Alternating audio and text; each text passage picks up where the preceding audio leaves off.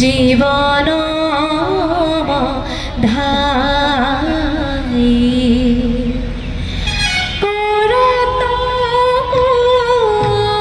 তোকে কামিনী বিলাই ৰে জগজন জীবন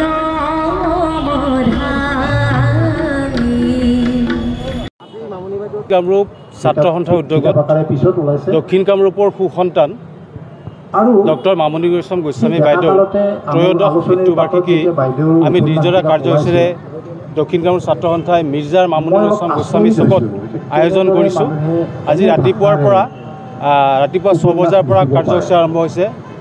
ডক্টৰ মামণি ৰয়ছম গোস্বামী এই চকত আমি সামূহিক চাফাই অভিযান কৰিছোঁ। ৰাতিপুৱা 10 বজাৰ পৰা আৰম্ভ হৈছে শ্ৰদ্ধাঞ্জলি অনুষ্ঠান, সৰ্বধৰ্মীয় প্ৰাৰ্থনা, স্মৃতিচাৰণ সভা আৰু নাম প্ৰসংগ। তাৰ লগতে আমি দক্ষিণ কামৰূপ ছাত্ৰ সন্থাই যোৱা বৰ্ষৰ পৰা আমি আৰম্ভ কৰিছিলোঁ বাইদেউৰ স্মৃতি জীয়াই ৰখাৰ বাবে আমি দক্ষিণ কামৰূপ ছাত্ৰ সন্থাই ডক্টৰ মামণি ৰয়ছম গোস্বামী স্মাৰক সাহিত্য বঁটা আমি প্ৰদানৰ ব্যৱস্থা কৰিছিলোঁ আৰু এইবেলিও আমি এই বঁটা প্ৰদান কৰিবলৈ সক্ষম হৈছোঁ। আৰু এইবেলি এই বঁটা প্ৰদান কৰা হৈছে পূব কামৰূপ মহাবিদ্যালয়ৰ প্ৰাক্তন অসমীয়া বিভাগৰ মুৰব্বী অধ্যাপক ডক্টৰ খগেশ সেন ডেকা ছাৰলৈ আমি এই বঁটা আগবঢ়াইছোঁ। আৰু আমি এই বঁটাৰে তেখেতক প্ৰদান কৰি আমি এটা কথা ক'ব বিচাৰিছোঁ যে আমি অসমৰ যিসকল মহামান্য ব্যক্তিয়ে যিসকলে নীৰৱে সাহিত্য চৰ্চা কৰি আছে সেইসকলক আমি আগবঢ়াই লৈ অহাটো আমাৰ মূল উদ্দেশ্য। তাৰ লগে লগে যাতে আমি মামণি বাইদেউৰ স্মৃতি যাতে আমি সজীৱ কৰি ৰাখিব পাৰোঁ, বিশেষকৈ আমি দক্ষিণ কামৰূপবাসীয়ে বাইদেউৰ স্মৃতি আমি সদায় সজীৱ কৰি ৰাখিবই লাগিব। কাৰণ আমাৰ বাইদেউ এগৰাকী আছিল আমাৰ দক্ষিণ কামৰূপৰ সুসন্তান, গতিকে বাইদেউৰ স্মৃতি জীয়াই ৰাখিবলৈ আমি এই পদক্ষেপ গ্ৰহণ কৰিছোঁ। আনহাতে গোৱালপৰীয়া উপভাষাটো আকৌ সম্পূৰ্ণ বেলেগ। ইয়াৰ মাজতো আৰু এটা ৰূপ আছে সংগোপনে। আচলতে কি হয়, আমি মামণি বাইদেউৰ মৃত্যুৰ পিছৰ পৰা আমি এটা অঞ্চলবাসী এটা ক্ষোভ আমাৰ সদায় আছে যে বাইদেউৰ প্ৰতি চৰকাৰৰ যিখিনি দায়িত্ব আছিল এই দায়িত্বখিনি কিন্তু পালন কৰা হোৱা নাই।